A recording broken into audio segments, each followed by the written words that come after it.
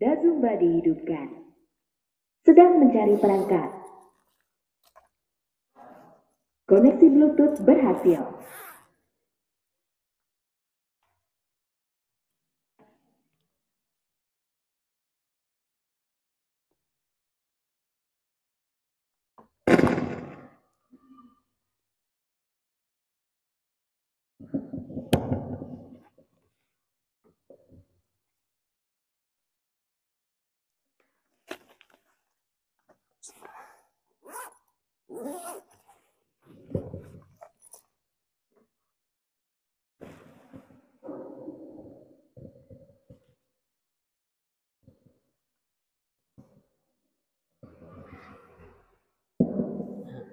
Bismillah.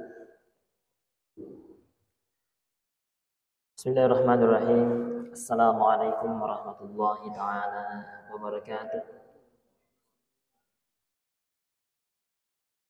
Alhamdulillah. Alhamdulillahi rabbil alamin. Assalatu wassalamu ala sayyidina Muhammad ibn Abdillahil mursalin wa alihi wa ashabihi wa qarabatihi wa azwajihi wa dzurriyyatihi wa ummatihi ajma'in. Amma ba'd. Kita bersyukur kepada Allah Subhanahu wa taala. Allah tak putus-putusnya memberikan nikmatnya kepada kita, hamba-hambanya. Mulai dari kita terlelap semalam hingga saat ini. Berlanjut juga sebentar malam ketika kita melelapkan mata kita. Selalu nikmat Allah Subhanahu wa taala sambung menyambung. Mari kita mensyukuri. Begitu banyak orang yang terperangkap di rumah sakit. Saudara-saudara kita mau juga ke masjid, tapi Allah belum memberikan kesembuhan dari sakitnya. Kita bersyukur kepada Allah. Salawat dan taslim kita kirimkan ke haribaan junjungan Nabiullah Muhammad sallallahu alaihi wasallam.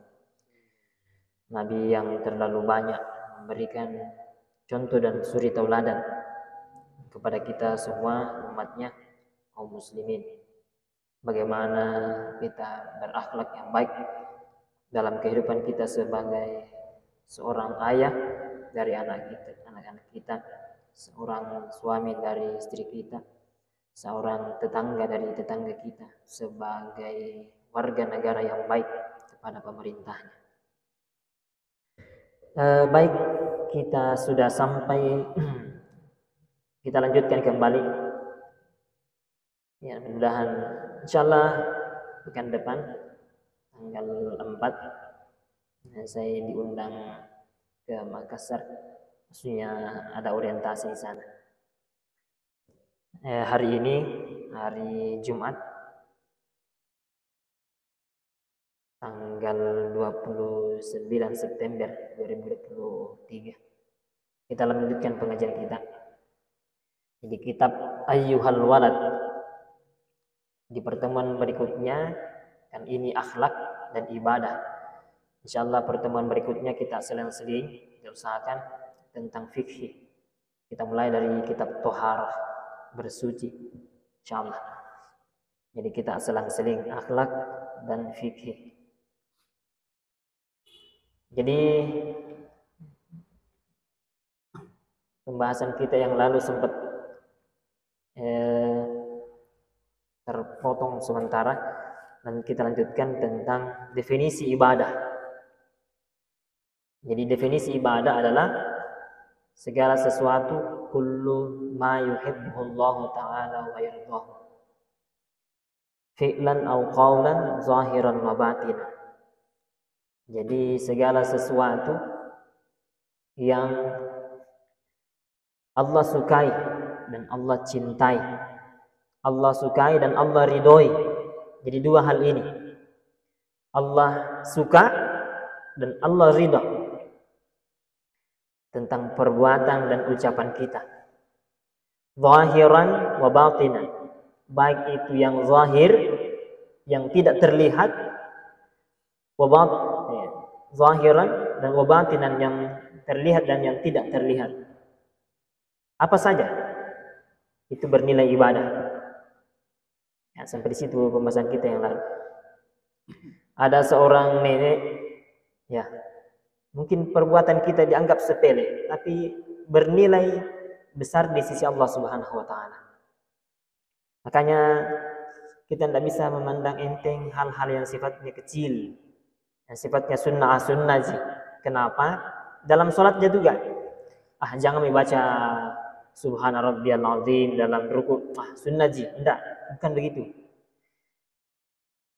Kita tidak tahu di mana itu napadongku. Apa ceritanya itu kalau napadongku? Dalam bahasa Jawa itu napadongku ditaruh. Kita tidak tahu di mana Allah menaruh ridhonya, sukanya, berkahnya ketika kita membaca hal-hal yang kecil. Mungkin ketika kita membaca doa-doa yang wajib, melakukan hal yang wajib, ada kesombongan kita dalam sholat. Jelas tidak ada keridhoannya Allah di situ. Tapi ketika kita membaca hal-hal yang sunnah, bisa jadi Allah dengan penuh keikhlasan Allah taruh di situ berkahnya, eranuna, rasa sukanya dan cintanya Allah. Makanya tidak bisa dipandang enteng itu. Ibadah kecil, sunnah ini jangan, tidak bisa.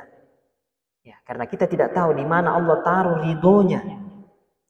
Sama dengan kalau kita makan. Banyak kalau pesta-pesta lagi kalau kita perhatikan tuh, subhanallah, banyaknya kue-kue yang terbuang, nasi-nasi yang baru full ini piring dan baru 2-3 santap sudah dibuang. Kita tidak tahu di mana itu berkahnya rezeki nasi ini, yang di mana siapa tahu yang nasi yang sempat terbuang di situ yang Allah letakkan berkahnya. Jadi setiap segala sesuatu yang disukai, dicintai oleh Allah tidak bisa dipandang enteng. Ada seorang nenek,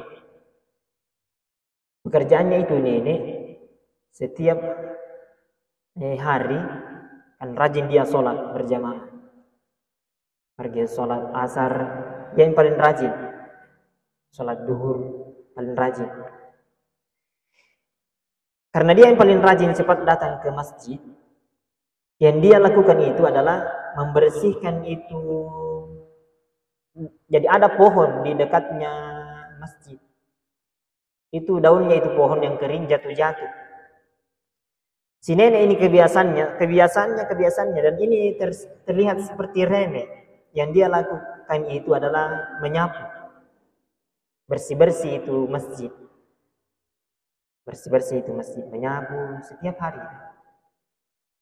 Ada orang yang merasa kasihan sama ini nih, kasihannya ini nih, sudah tua nih, baru ini juga pohon tidak mengerti. Ini ada nenek kasihan balas sekali itu selalu bersihkan. Akhirnya dia tebang itu pohon. Ketika sudah ditebang itu si nenek menangis. Ditanya kenapa dia menangis? Nah justru harusnya bersyukur kini ditebang. Nah, kalau bukan begitunya. Nah. Saya ini orang miskinnya. Tidak ada kekayaanku waktu dibangun ini masjid, tidak ada sumbanganku berupa finansial 1.000 rupiah, tidak ada uangku saya. Tua mah juga tenagaku, tidak bisa mengangkat-angkat apa, gelas tidak bisa mencuci. Sudah tua mah saya miskin, tidak ada yang bisa kusumbangkan. Hanya ini saja yang bisa kupersembahkan kepada Allah untuk masjid ini, kepada Allah Subhanahu wa taala. Membersihkan ini halaman masjid.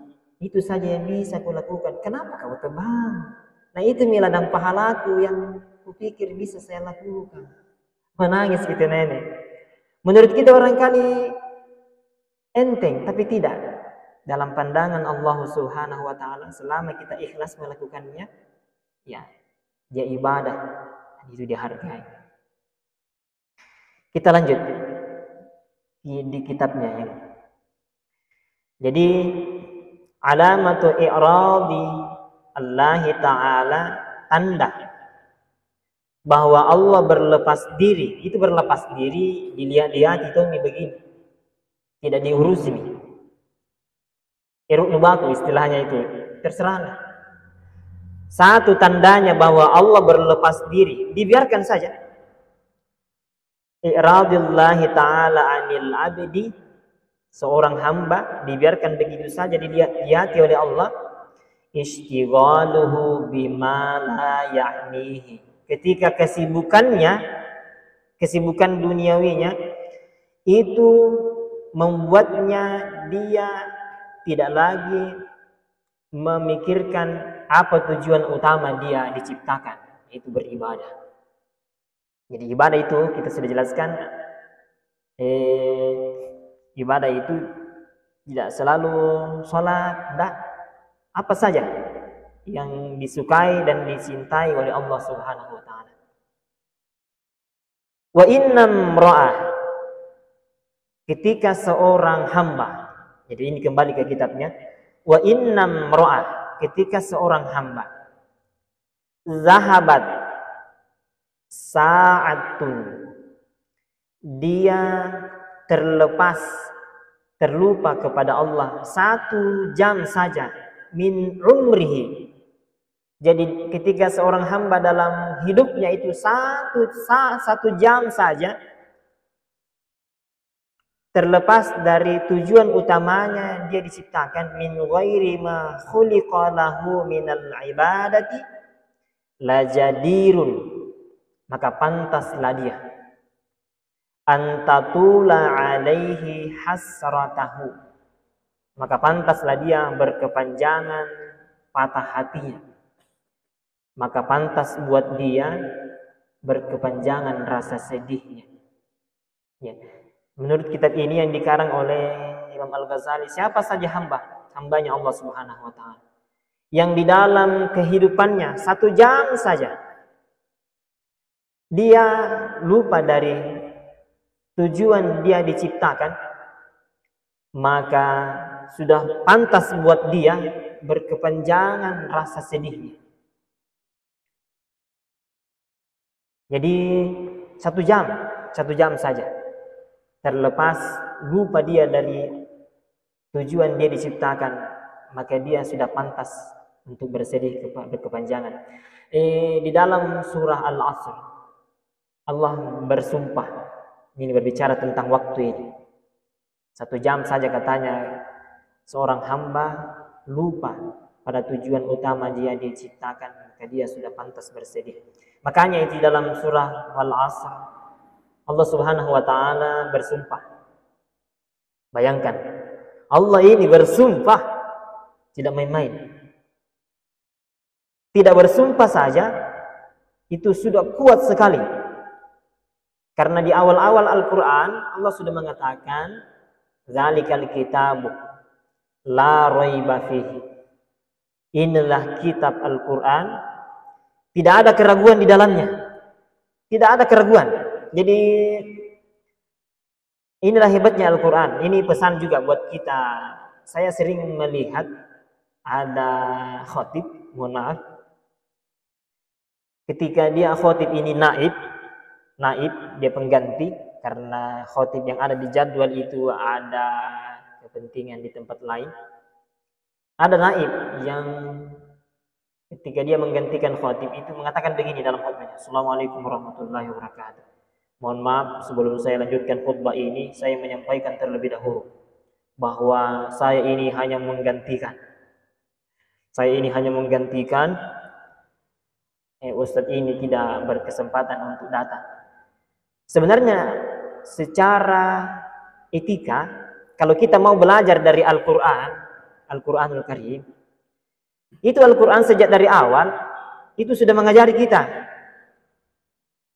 Dari awal kita jangan membuat orang ragu, hilangkan keraguannya orang dulu. Makanya ketika kita buka Al-Qur'an itu yang pertama di awal-awal itu Allah sudah menancapkan tarifnya. Dzalikal kitabu la raiba fihi hudal lil muttaqin. Inilah kitab tidak ada keraguan di dalamnya. Kalau ada penceramah atau khatib yang di awal-awal khutbahnya menyampaikan seperti ini, mohon maaf saya ini hanya khatib, itu sebenarnya sudah menanamkan keraguan kepada jamaah. Iya, dia ragu terhadap ilmunya sendiri. Dan itu tidak perlu. Karena tidak semua yang betul harus disampaikan sama orang. Sekali lagi, tidak semua yang betul, tidak semua yang sesuai dengan kenyataan itu harus disampaikan pada orang lain. Ada pengantin baru, malam keduanya, malam pertamanya lewat dengan istrinya, malam keduanya pergi main domi-domi, sampaikan semua di situ malam pertamanya. Betul yang dicerita, tapi tidak pantas itu. Jadi tidak semua yang betul mesti kita ceritakan sama orang, sama dengan yang tadi itu. Walaupun kita naib, jangan membuat orang menjadi ragu. Kalau kita mesti menyampaikan, saya ini hanya naib, itu artinya kita sudah ragu bahwa yang kita sampaikan ini tidak seberapa. Jadi orang lain tidak perlu tahu bahwa kita ini naib. Itu pesan, sebenarnya itu hikmahnya yang disampaikan oleh Al-Quran. Sejak pertama Al-Quran dibuka, Allah sudah berusaha Allah sudah menghilangkan keraguan. Jangan ada keraguan tentang kitab ini. Kembali lagi tadi itu. Allah bersumpah, wal asri, demi waktu asar. Allah bersumpah ini demi waktu asar. Kenapa pada surah Al-Asri Allah tidak bersumpah dengan menggunakan demi waktu duhur, demi waktu subuh, demi waktu malam? Tidak. Dan sumpahnya Allah pada surah Al-Asri ini dikaitkan dengan kerugian manusia. Bayangkan Allah melanjutkan di ayat 2, innal insana lafi khusri. Sesungguhnya manusia itu rugi dunia dan rugi akhirat. Kita kembali ke ayat 1 Al-Asri. Menurut sebuah kajian yang pernah saya ikuti tentang tafsir, itu waktu asar, karena Allah bersumpah dengan waktu asar di sini. Itu waktu asar, Pak, beda dengan waktu duhur. Waktu duhur itu sama dengan waktu subuh, itu sama dengan anak bayi yang baru lahir. Waktu duhur itu matahari itu cahayanya matahari sedang kuat-kuatnya sama dengan manusia. Sedang kuat-kuatnya bekerja. Sedang kuat-kuatnya berdagang di pasar, sedang kuat-kuatnya bekerja di kantor. Sedang kuat-kuatnya bertani. Itu sengatan matahari itu di siang waktu duhur. Tapi di sini waktu asar Allah bersumpah demi waktu asar. Artinya ketika manusia tenaganya sudah mulai sore. Ketika umur manusia sudah mulai menjelang masuk maghrib, menjelang masuk waktu gelap, Allah bersumpah rugi manusia, ya. Semuanya kecuali jadi manusia yang sudah masuk waktu asar usianya rugi. Innal insana lafi khusrin illa, kecuali ada 4 yang tidak rugi, yang berkaitan dengan usia manusia yang sudah masuk waktu asar. Yang mana yang tidak rugi?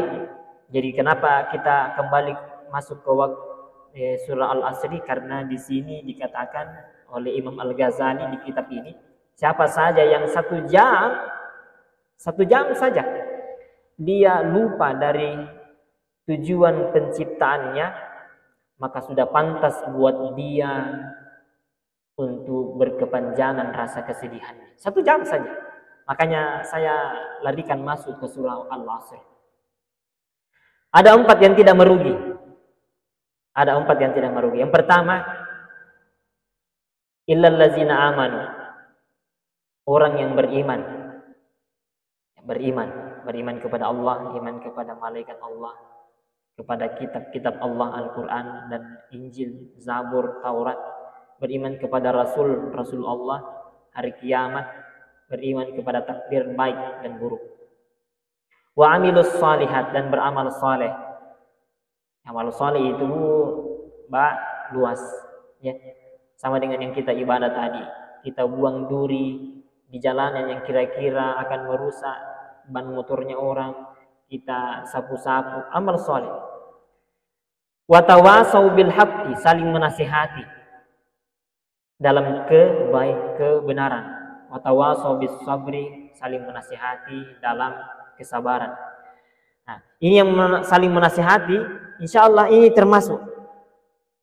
Insyaallah kalau saling menasihati seperti ini, Insya Allah ini termasuk bagian daripada yang tidak termasuk orang-orang yang merugi. Karena terkadang, kenapa itu saling menasihati dibutuhkan, Pak, Ibu? Karena begini. Kalau ada luka, ada buka, istilahnya dalam bagian foto itu. Ada luka di belakang telinga di sini, atau di belakang di sini. Kira-kira kalau kita mau tahu kenapa ini perih sekali ini luka di belakang telingaku, kita mau tahu itu luka, bagaimana nih bentuknya ini luka di belakangku ini, apakah kuning-kuning kah, merah-merah kah, atau ungu-ungu kah, sudah dalam seberapa senti kah umpamanya. Kira-kira bagaimana cara untuk bisa melihat luka yang ada di belakangnya? Gimana caranya? Nah, caranya adalah ambil ke cermin, kasih lihat cermin di depan, ada di belakang, ada di depan. Baru nak kasih tahu kita cermin, oh lukaku yang ada di belakang sudah agak kuning-kuning bernanah sedikit. Begini. Itu caranya. Itu cermin yang ada di belakang dan di depan, itu ibarat orang lain yang kasih tahu kita bahwa kekuranganmu itu begini. Seperti halnya nasihat-nasihat kita ini. Karena terkadang orang lain bisa melihat kekurangan tak. Kita tidak bisa terkadang melihat kekurangan tak. Orang lain lah yang tahu kekurangan tak ini. Makanya kalau ada orang menasihati, selama itu hal yang baik, selama untuk kebaikan, kita berterima kasih kalau ada yang menasihati. Tidak peduli dia anak kecil. Karena hidayah itu ada dua. Hidayah itu tidak. Ada orang katakan, saya biar dulu minum, tidak apa-apa sih, karena belum Pak dapat hidayahnya Allah. Tidak. Itu ajal tidak menunggu kita sampai dapat hidayah dan tobat, tidak. Itu ajal tidak. Kapan saja bisa dia datang. Hidayah itu ada dua. Ada hidayah namanya taufik. Ada namanya hidayah irsyad. Hidayah itu, hidayah taufik, hidayah irsyad, itulah hidayah yang harus dicari. Kalau ada di dalam hati kita masih dongkol, masih belum menerima nasihat-nasihat orang lain, dan kita datang ke kajian-kajian seperti ini, dan di kajian seperti ini kita menerima, terbuka mata hati kita, itu namanya hidayah irsyad. Jadi kita yang berusaha mencari. Ada orang yang tidak suka dengan hal-hal yang istrinya itu dia tidak sukai, tapi dia datang ke masjid atau di majelis taklim, di mana di majelis taklim itu dikaji tentang keluarga, sakinah, mawaddah, warahmah. Dia sengaja. Dan di sana di majelis taklim dia mendapatkan pencerahan dan terbuka mata hatinya, itu dapat hidayah, tapi hidayah yang diusahakan. Jadi ada hidayah yang berusaha dulu. Namanya hidayah irsyad. Ada hidayah yang memang Allah di situ yang pegang setirnya. Seperti yang terjadi pada Umar Ibn Khattab. Itu Umar Ibn Khattab ketika suatu saat dia tarik pedangnya. Dia pergi ke Baitul Arkam mau membunuh Rasulullah SAW. Di tengah perjalanan dia bertemu dengan seorang sahabat Rasulullah. Mau kemana Umar? Saya mau ke Baitul Arkam, mau saya bunuh Muhammad. Kenapa? Karena dialah yang membuat orang Mekah ini beralih keyakinan. Nabi bilang itu sahabat tadi, tunggu dulu. Itu adikmu sudah masuk Islam. Kaget itu Umar. Bayangkan, berangkat dari rumah dalam keadaan marah. Langsung dia ke rumahnya adiknya. Di luar pintu dia mendengar di dalam adiknya sedang mengaji surat Toha. Toha ma anzalna 'alaikal Qur'ana litashqa illa tadhkiratan liman yakhsha. Sampai ayat 10 dia baca itu. Adiknya di dalam. Dia mendengarkan di luar. Langsung dia gedor pintu. Begitu dia sampai di dalam, kasih ke itu mushaf yang kau baca, kasih ke. Tidak mau dikasih sama adiknya, tidak bisa, tidak mau. Ini tidak boleh dipegang oleh orang non muslim. La yamassuhu illal mutahharun. Tidak boleh disentuh kecuali orang yang suci. Dia bilang, Umar, kasih kan? Direbut itu sampai dipukul adiknya dan jatuh adiknya, keluar ke darah di mulutnya. Dia baca itu surat Toha. Toha ma anzalna alaikal qur'ana litashqa. Nah, apa yang terjadi? Umar yang berangkat dari rumahnya dalam keadaan marah ke bawah parang. Nah, baca itu surat Toha. Subhanallah, langsung tunduk hatinya. Dia langsung menuju ke Baitul Arqam, mengucapkan syahadat di depannya Rasul. Itu namanya hidayah taufik. Bayangkan, kalau dia berangkat dari rumah, mau belajar seperti kita ini dan dapat hidayah, itu ada andil di situ. Artinya memang berangkat dari rumah, ada nih keterbukaan hati kita. Kita sudah membuka hati untuk menerima wejangan-wejangan. Beda dengan Umar. Umar itu memang berangkat dari rumah, tertutup hatinya. Tidak ada niat untuk menerima wejangan-wejangan, apalagi masuk Islam, tidak ada, dalam keadaan marah. Tapi apa ketika dia membaca itu surat Toha, terbuka hatinya. Nah, itu hidayah taufik namanya. Jadi kalau ada yang kita mendengar seperti belum Pak saya dapat hidayahnya Allah, biar dulu. Tidak, ada hidayah yang bisa diusahakan. Baik, kita kembali tadi itu. Jadi saling menasihati, wa tawasaw bil haqqi wa tawasaw bis sabri. 4 ini yang dikecualikan oleh Allah Subhanahu wa taala, yang tidak termasuk orang yang merugi. Beriman, beramal saleh, saling menasihati dalam kebenaran, dan saling menasihati dalam kesabaran. Sabar kini, tidak ada itu deh yang tidak ada masalahnya. Pasti semua orang ada masalahnya. Itu saling menasihati dalam kesabaran. Tidak ada orang yang tidak ada masalahnya. Semua orang ada masalahnya. Tergantung kita juga. Apakah kita sabar atau tidak. Itu masalah seperti udara, angin. Di atas gunung di sana ada juga masalah. Di dalam lautan di sana ada juga masalah. Di dalam kayu ini ada juga masalah. Di mana-mana seperti udara itu masalah. Jangan kita bilang bahwa besok mau pindah rumah ke Bontosiguyuh karena di sana itu tidak ada masalah. Di sini jadi Bontoharu ada masalah. Tidak, di mana-mana ada masalah. Nah, tergantung bagaimana kita mengolah keimanan kita dan kesabaran kita. Karena begini, ada dua kolam, kolam A, kolam B. Kolam A ini luasnya 1 kali 1 meter, isinya air jernih. 1 kali 1 meter air jernih. Kolam yang satunya lagi luas seperti laut di sana, isinya juga air jernih. Ketika 1 ember kopi dikasih turun di air yang A tadi itu, pasti agak berpengaruh, gelapi. Kenapa? Karena kecil. Tapi kalau 1 ember yang sama diturunkan ke kolam yang luasnya seperti lautan, pasti tidak berefek. Kenapa? Karena luas. Itu yang tadi, itu yang pertama, sempit di kesabarannya. Makanya tidak berefek itu kopi. Tidak berefek sebuah masalah. Tapi kolam yang kedua, karena luas kesabarannya, tidak berefek. Sama-sama aja 1 ember kopi yang diturunkan. Sama-sama aja masalahnya segenggam. Tapi tergantung kesabaran kita. Nah, itu contoh dalam menasihati dalam kesabaran. 4 ini yang insya Allah tidak termasuk yang terlepas dari kerugian. Baik, kita lanjut.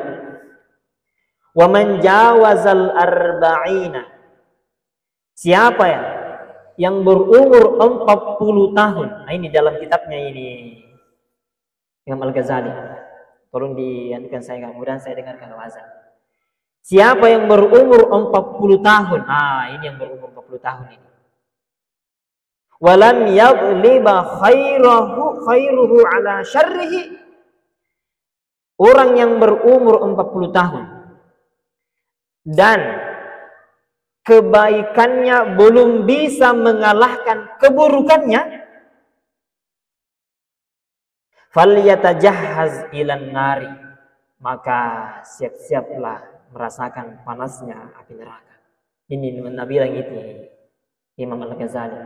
Siapa yang sudah berumur 40 tahun dan kebaikannya belum bisa mengalahkan keburukannya, artinya belum sadar-sadar, mas sudah 40 tahun ini masih saja minum-minuman yang dilarang oleh agama kita, masih saja selalu memikirkan motornya orang. Itu di sana, di sini aman, insya Allah aman di sini. Selama saya di sini di Kabupaten Selayar, alhamdulillah baru satu kali saya dengar ada motor hilang di puskesmas yang ada tulisannya imunisasi. Saya baca di Facebook itu, tapi sudah ditemukan di Bontosikuyu. Saya lihat juga di sini hewan-hewan. Saya lewat di bandara, alhamdulillah aman. Ya, banyak sapi di sana berkeliaran. Tapi menurut kitab ini, siapa saja yang umurnya sudah 40 tahun, tapi kebaikannya belum mengalahkan keburukannya, maka bersiaplah untuk merasakan panasnya api neraka. Ini dalam Al-Quran disebutkan itu tentang umur 40 tahun. Di surah Al-Ahqaf ayat 45. Hatta iza balagha asyuddahu wa balagha arba'ina sana. Qala rabbi auzi'ni an ashkura ni'mataka allati an'amta alayya. Intinya di situ pada umur 40 tahun memang Allah sudah mengarahkan kita. Mintalah kepada Allah untuk diluaskan, diberikan hidayah. Diberikan hidayah untuk kita mensyukuri segala nikmat yang Allah berikan kepada kita. Jadi bersyukurlah kita kepada Allah kalau kita sudah 40 tahun, apalagi sudah lewat dan sudah ada kebaikan-kebaikan kita, insya Allah sudah bisa mengalahkan keburukan. Rasulullah Shallallahu Alaihi Wasallam ini berkaitan dengan umur 40 tahun. Pada umur 40 tahun beliau diangkat menjadi Rasul. Jadi banyak hikmahnya ini pada umur 40 tahun. Dalam Al-Quran disebutkan ini umur 40 tahun. Dan Nabi saja diangkat menjadi Rasul pada usia 40 tahun. Jadi Nabi itu sallallahu alaihi wasallam kebetulan berkaitan dengan Maulid. Nabi itu lebih lama beliau menjadi seorang pedagang daripada menjadi seorang Rasul. Ya, lebih lama menjadi pedagang. Maka tidak salah kita berdagang, berbisnis, tidak salah. Pada usia 12 tahun, Rasulullah itu sudah berangkat ke Syam bersama pamannya menjadi pedagang. Pada umur 25 tahun, beliau membawa ke Syam itu barang dagangannya Khadijah. Ya, menjelang pengangkatan beliau menjadi Rasul 40 tahun, beliau berhenti menjadi pedagang. Dihitung lagi mulai 12 tahun sampai 40 tahun. 40 tahun sampai 63 sampai beliau wafat menjadi Rasul. Mana yang lebih lama? Ya, lebih lama menjadi pedagang Rasulullah itu. Makanya kita, dan salah satu hal yang pekerjaan yang dianggap bagus beliau adalah berbisnis. Ya, selama bisnis kita itu halal. Kita alihkan kepada sedikit tambah tentang Maulid. Rasulullah Shallallahu Alaihi Wasallam tentang Nabi ini, tentang Nabi Shallallahu Alaihi Wasallam. Betul yang kita bahas ini yang 40 tahun. Nabi Shallallahu Alaihi Wasallam itu ada dua posisinya. Bisa sebagai Rasul dan di sisi lain beliau Rasulullah Shallallahu Alaihi Wasallam itu sebagai manusia biasa. Di satu sisi beliau sebagai Rasul utusan Allah, tapi di lain sisi beliau sebagai manusia biasa, basyar. Kalau beliau sebagai Rasulullah, maka semua ucapannya, perbuatannya betul. Ya. Wa yantiqu 'anil hawa, tidak ada satupun yang diucapkan Muhammad itu berangkat dari hawa nafsunya, tidak.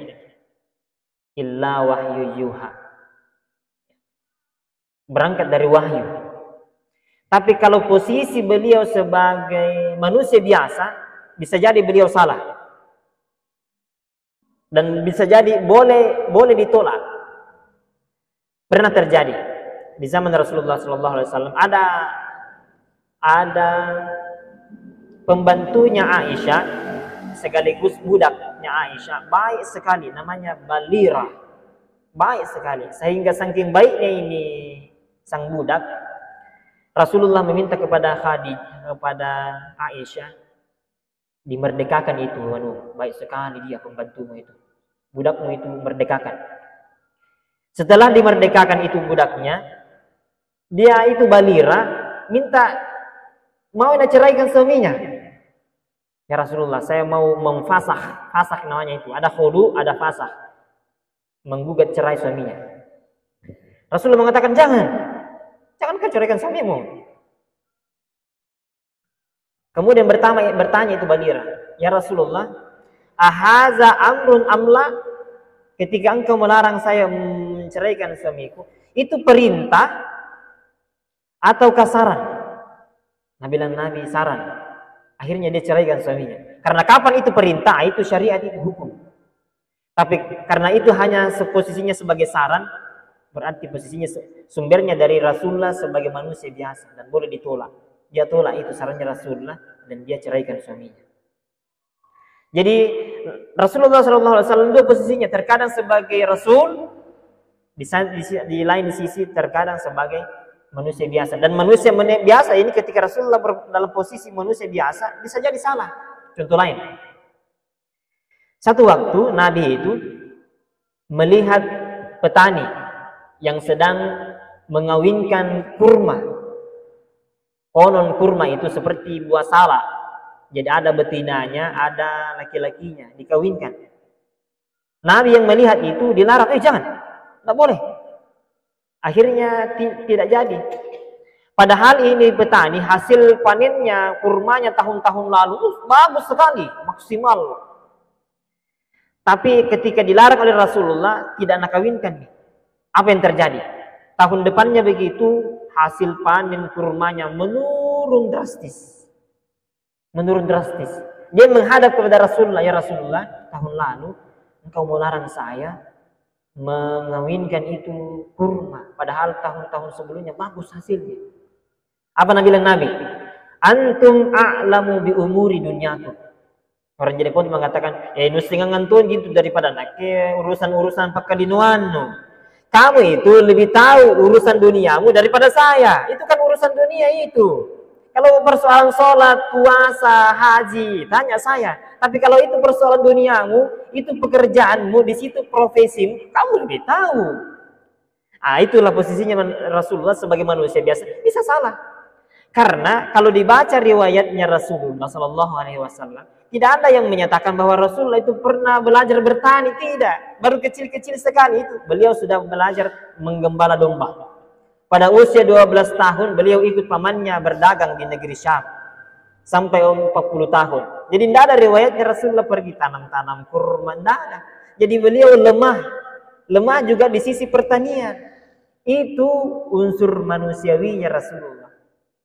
Jadi tidak selamanya Rasulullah itu bersikap posisinya sebagai Rasul, tidak. Terkadang posisinya sebagai manusia biasa, dan itu kemungkinan melakukan kesalahan dan terkadang boleh ditolak. Jamaah rahimakumullah subhanahu wa ta'ala. Sudah azan? Barangkali di sini dulu sampai kita tutup. Sampai di sini dulu taklim kita. Mudah-mudahan ada unsur kebaikan, unsur ibadah yang terkandung dalamnya. Insyaallah pada pertemuan yang akan datang kita lanjutkan dulu selang-selingi dengan pembahasan tentang fikih, itu taharah. Setelah itu satu pembahasan selesai taharah, baru kita masuk lagi di akhlak. Bagus kita selang-selingi ini ya, antara fikih dan akhlak. Insyaallah kita masuk nanti di Fathul Mu'in. Mudah-mudahan pertemuan kali ini bisa bernilai ibadah di sisi Allah Subhanahu wa taala. Subhanakallahumma rabbana wa bihamdika asyhadu an la ilaha illa anta subhanaka asyhadu an la ilaha illa anta astaghfiruka wa atubu ilaik. Assalamualaikum warahmatullahi taala wabarakatuh.